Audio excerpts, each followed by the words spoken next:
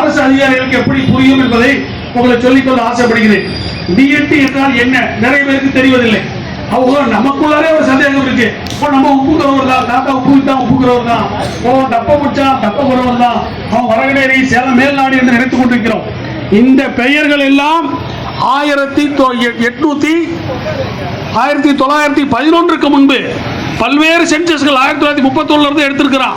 1000 குற்ற பழங்குடி சட்டம் சென்னை மாகாணத்தில் வருகிற பொழுது குறவர் இடத்திலிருந்து ஒவ்வொரு ஊரிலும் ஒவ்வொரு பகுதியிலும் இருக்கிற குழுக்களை எடுத்து அந்த குழுக்கள் இவர்கள் சேலத்தை சேர்ந்தவர்கள், இவர்கள் சேலம் குறவர்கள், இவர்கள் ஆத்தூரில் இருக்கிறார்கள் ஆத்தூர் குறவர்கள், இவர்கள் கூடைமுறை செய்கிறார்கள் தப்பை குறவர்கள், இவர்கள் உப்பு விற்கிறார்கள் உப்பு குறவர்கள், கருவேப்பிலை விற்கிறார் கருவேப்பிலை குறவர்கள் என்ற பெயர் ஆங்கிலேயர்களால் புதிதாக ஒரு குழுக்களாக பிரிக்கிறார்கள். அவர்கள் இதை தனி சாதி என்று எங்குமே ஆங்கிலேயர் குறிப்பிடவில்லை.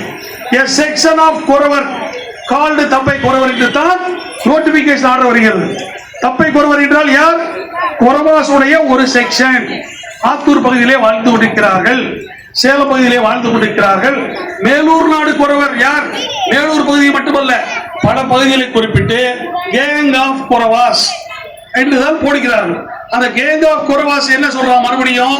அதெல்லாம் யாரு அப்படின்னா எருக்குலாஸ், கொரச்சாஸ், கொரவாஸ், இவர்களில் இருந்து 3 சமூகத்தின் பேரை குறிப்பிட்டு ஒரு குறிப்பிட்ட ஊரில் குறிப்பிட்ட 4 பேரை மட்டும் போடுறான். அந்த 4 பேர் எப்படி 3 சாதியா இருக்க முடியும்? ஆனா சமுதாயம் எப்படி வச்சிருக்கிறீங்க?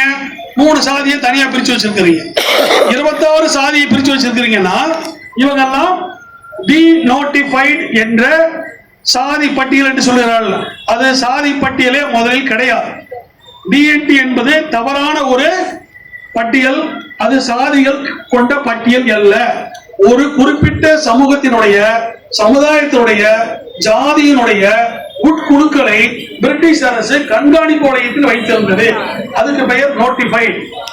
இந்திய அரசு சுதந்திரம் பெற்ற பிறகு அதை நோட்டிபிகேஷன் கண்காணிப்பு தேவையில்லை என்று சொல்லி டீநோட்டிஃபைட் பண்ணுகிறார்கள். அந்த டீநோட்டிஃபைட் இருக்கிற குழுக்கள் என்னவாக வேண்டும்? நோட்டிஃபைடுக்கு முன்னே எங்க இருந்தாங்களோ அந்த தாய் சாதியில் போய் சேர வேண்டும். ஆனால் அப்படி செய்யாமல் இவர்களை தனி சாதியாக எம்பிசி இடஒதுக்கீடு கொடுக்க வேண்டும் என்ற ஒரு நிலைப்பாடு வருகிற பொழுது 68 சாதியின் குழுக்கள், ஒரு கல்லர் சாதியுடைய குழுவாக இருக்கலாம், மறவர் சாதியுடைய குழுவாக இருக்கலாம், வளையர் சாதியுடைய குழு, குறவர் சாதியுடைய குழுக்களை எல்லாம் இவர்களாகவே ஒரு தனி சாதியாக புதியதாக உருவாக்கிய வரலாறை இந்த திராவிட ஆட்சியாளர்கள் செய்திருக்கிறார். இவர்கள் என்ன செய்திருக்கிறார்கள்? இல்லாத குழு சாதியினுடைய குழுக்களை தனி சாதியாக்கி சாதி பட்டியலை எண்ணிக்கை அதிகமாக்கி அதற்கு 20% இடஒதுக்கீடு கொடுப்பதற்காக உருவாக்கி வைத்திருக்கிறார். இதை எடுத்துக்கொண்டு நாம் எந்த தாலுகா ஆபீஸ் போனாலும் அவன் சொல்றான், நீங்க இந்த பகுதி அதனால இதை வாங்கிக்கோ, கம்மியா லஞ்சம் கொடுத்தா சீர்மரபில்லை, கொஞ்சம் சேர்த்து கொடுத்தீங்கன்னா எஸ்சி, இன்னும் கொஞ்சம் சேர்த்து கொடுத்தீங்கன்னா எஸ்டி வாங்கிக்கலாம், சட்டம் போடாம போய்க்கோ. இந்த அவலநிலைக்கு காரணம் என்ன சொன்னா 1911க்கு முன்னால இருந்தது ஒரே சாதி, குறவாஸ் என்கிற ஒரே சாதி, குறவர் என்கிற ஒரே சாதி. அந்த சாதி எப்படி குட்டி போடும்? ஆடு குட்டி போடும், மாடு குட்டி போடும், மனுஷ குட்டி போடலாம். ஆனா சாதி குட்டி போட்டிருக்கிறது தமிழகத்தில். இதை உட்கார்ந்து எந்த அதிகாரிகளும் இதை பார்ப்பதில்லை. டீநோட்டிஃபைட் சாதி எப்பொழுது வந்தது? ஒரு குறிப்பிட்ட 1978ஆம் ஆண்டு சென்னை மாவட்டத்திலே சென்னை மாவட்ட குறவர் முன்னேற்ற சங்கம் என்ற ஒரு அமைப்பை துவக்கி இன்று வரை தக்ஷண பாரத் கிரிஜன் சங் என்ற பெயரிலே நடத்தி கொண்டு வருகின்றேன். அது சமயம் தமிழகத்தில் பழங்குடியாக பிறந்து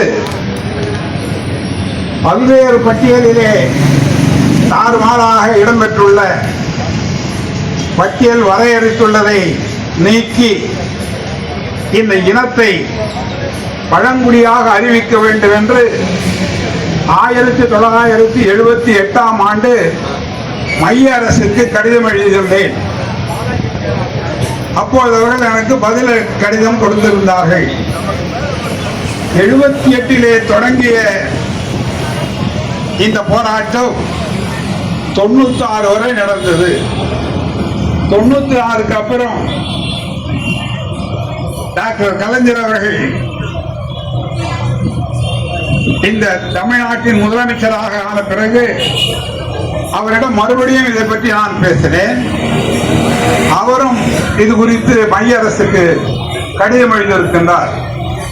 அது 96க்கு அப்புறம் நீண்ட இடைவெளியாகி 2006 மறுபடியும் அது ஒரு புத்துணர்வு பெற்றது. அந்த 2006 ஆண்டு புத்துயிர் பெற்ற அந்த கோரிக்கை 2025 ஆண்டு ஆகியும் இதுவரை நிறைவேற்றப்படவில்லை என்பதை நினைக்கும் போது அரசியல் நமக்கு தேவைதானா என்ற ஒரு நிலை நமக்கு ஏற்படுகிறது. 2006க்கு அப்புறம் எனக்கு முன்னாடி பேசியவங்கலாம் சொன்னாங்க, இந்த பேப்பர் எங்க இருக்குதுன்னு தெரியல, மைய அரசுல இருக்குதா மாநில அரசுல இருக்குதா அப்படின்னு தெரியல. ஏன்னா அத சண்முகம் சொல்லும்போது சொன்னாரு, இது முன்னாடியே அது ஒரு ஆய்வு நடத்தணும், இல்லைன்னா அது ஒரு விசாரணை கமிஷன் போகணும்னு கூட சொல்லிட்டு போயிட்டாரு அவரு. எனக்கு தெரிந்த அளவு 2024 ஆண்டு ஆதிதிராவிட நலத்துறை செயலாளர்களை அணுகி நான் விசாரிக்கும் போது அவர் ஒரு கடிதத்தை என்னிடம் கொடுத்திருக்கிறார். அந்த கடிதம் 2024 மே மாதம் ஆதிதிராவிட நலத்துறையால் ஊட்டி பழங்குடி ஆய்வு மையத்துக்கு அனுப்பப்பட்ட கடிதம். தற்சமயம் அது ஊட்டி பழங்குடி ஆய்வு மையத்தில் தான் இருக்கிறதா என்று தெரியல. காரணம் ஓராண்டு ஆயிடுச்சு, அதுக்கப்புறம் நான் அதை முன்னெடுக்கல, என்ன நான் பார்க்கல. ஏன்னா அதுக்குள்ளே நிறைய பிரச்சனைகள் வந்து போச்சுப்பேன். இந்த பேச்சு எடுத்தாவே வேற இன்னொருத்தர் வேற மாதிரி கேட்டிருக்காங்க, வேற இன்னொருத்தர் இன்னொரு மாதிரி கேட்டிருக்காங்க. இப்படி கோரிக்கைகள் மாறி மாறி இந்த குறவன் கோரிக்கை பல ஆண்டுகளாக இங்கே முடக்கி வைக்கப்பட்டிருக்கிறது என்பதுதான் உண்மை.